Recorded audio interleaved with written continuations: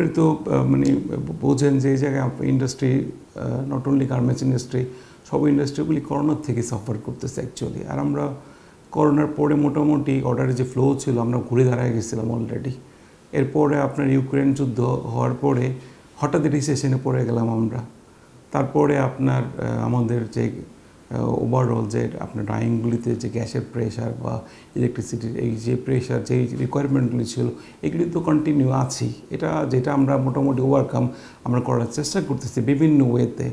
তো আলটিমেটলি আপনার আমাদের মতো ইন্ডাস্ট্রিগুলিতে মেজর এফেক্ট হয়েছে ইউক্রেন আপনার যুদ্ধের পরে, যখন রিসেশন হয়, তারপরে ডলার ফ্ল্যাকচুয়েশন, রেট চেঞ্জ হয়।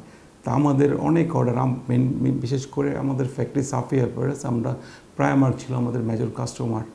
এই জায়গায় আমাদের প্রাইমার্কের প্রায় $1.5 মিলিয়ন অর্ডার স্টক হয়। এই অর্ডারের টোটাল র মেটেরিয়ালস আমাদের ঘরে, কিন্তু ওই সময় রিসেশনের সময় আমাদের বাইরের এজেন্ট আপনার আমাদের ব্রেকডাউন দিচ্ছে না, পিও হোল্ড করা ছিল বাইরের কাছ থেকে সম্ভবত 1 মাস বা কি 1.5 মাস ওই সময়।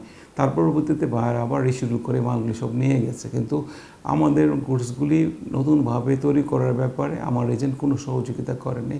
সে কালক্ষেপণ করে আপনার 6 মাস 7-8 মাস আনটিল আমাকে সে গত বছরের জুলাই অগাস্ট পর্যন্ত সে আমাকে হোপের মধ্যে রেখেছে। আলটিমেটলি আমার দেখতে কোনো সুরা হয়নি, আমার টোটাল ফ্যাব্রিক স্টক হয়ে গেছে। এই ফ্যাব্রিক ইয়ার্ন টোটালি আমরা তাদের নমিনেটেড কোম্পানিতে নিয়ে আসছিলাম।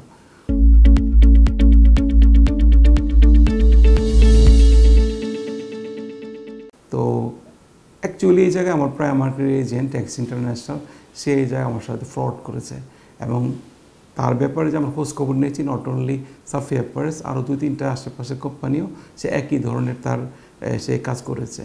এখন এই ব্যাপারে আমরা পিকেএমের মাধ্যমে তার বিরুদ্ধে ব্যবস্থা নিচ্ছি, প্লাস প্রাইমার্কটা আমরা যোগাযোগ করতেছি যে এই ব্যাপারে ব্র্যান্ডের সহযোগিতা চাচ্ছি। তো ব্যাংকে আমার এই লাইবিলিটিস নিয়ে আমরা এখন অনেক সমস্যার মধ্যে আছি, কারণ ব্যাংক বলা যায় যে এই র মেটেরিয়ালস পেমেন্ট তারা ব্যাংকের মাধ্যমে অলরেডি সাপ্লাই পেয়ে গেছে, এবং ওই ট্যাক্স ইন্টারন্যাশনালও তার মাধ্যমে যেহেতু ফেব্রিক্স ইয়ার্ন ব্যবসাটা ছিল তারা সেটেলমেন্ট করে ফেলেছে। কিন্তু এই টাকাটা আমরা এক্সপোর্ট করলে ব্যাংক রিবেক তার অ্যাকাউন্টটা তার আপডেট হতে পারতো, কিন্তু এটা হয়নি আলটিমেটলি। সেই ক্ষেত্রে আমার এই যে স্টক লাইবিলিটিস, এটা হিউজ অ্যামাউন্ট, স্পেশালি ডলারের যখন বেড়ে যায়, টাকাতে কনভার্ট হয়, এটা কিন্তু 2-3 কোটি টাকা যোগ হয়ে গেছে আলটিমেটলি। তো ব্যাংক থেকে আমরা প্রেয়ার করেছিলাম যে আমাদের একটা লং টার্ম যদি ইনস্টলমেন্ট সিস্টেমে লোনের ব্যবস্থা করে দেয়, তাহলে আমরা ঘুরে দাঁড়াতে পারি, যেহেতু এই লাইনে আমাদের একটা ভালো অভিজ্ঞতা আছে, প্লাস আমরা ব্র্যান্ডের কাজ করি ডিরেক্টলি।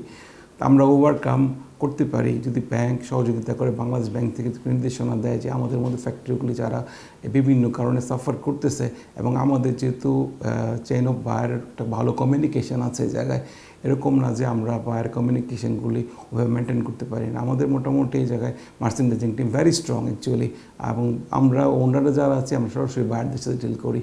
আমরা একটা সুযোগ পেলে আমরা মনে হয় যে এই জায়গাতে উত্তরণে আমাদের খুব একটা সময় লাগবে না। আমাদের সেই আবার আপনার মনে করেন যে এই যে ফরেন কারেন্সির যে ফ্লো, রিমিটেন্সের যে ফ্লো, আমাদের এক্সপোর্টের যে ফ্লো, আমরা এই আমাদের মতো ফ্যাক্টরিগুলি আবার ধরে ফেলতে পারবো। আমরা এই জায়গায় 850 থেকে 1000 শ্রমিক কাজ করতো, ফুল প্লেজ যখন কাজ হইতো। আর আপনার লাস্ট আমাদের যখন ফ্যাক্টরি আমরা প্রোডাকশন বন্ধ হয়, তখন আমাদের শ্রমিক ছিল মনে আপনার 150 জন। এখন আমি জাস্ট অফিস স্টাফ কিছু, আর আপনার গেটের লোক দেখতেন, গেটের সিকিউরিটি পারপাস, প্লাস আমার কেয়ারটেকার, আর পার্ট টাইম মাঝে মাঝে লোক ডেকে আমি কাজ করে। এই মুহূর্তে আমার ফ্যাক্টরিতে কোনো ওয়ার্কার নেই।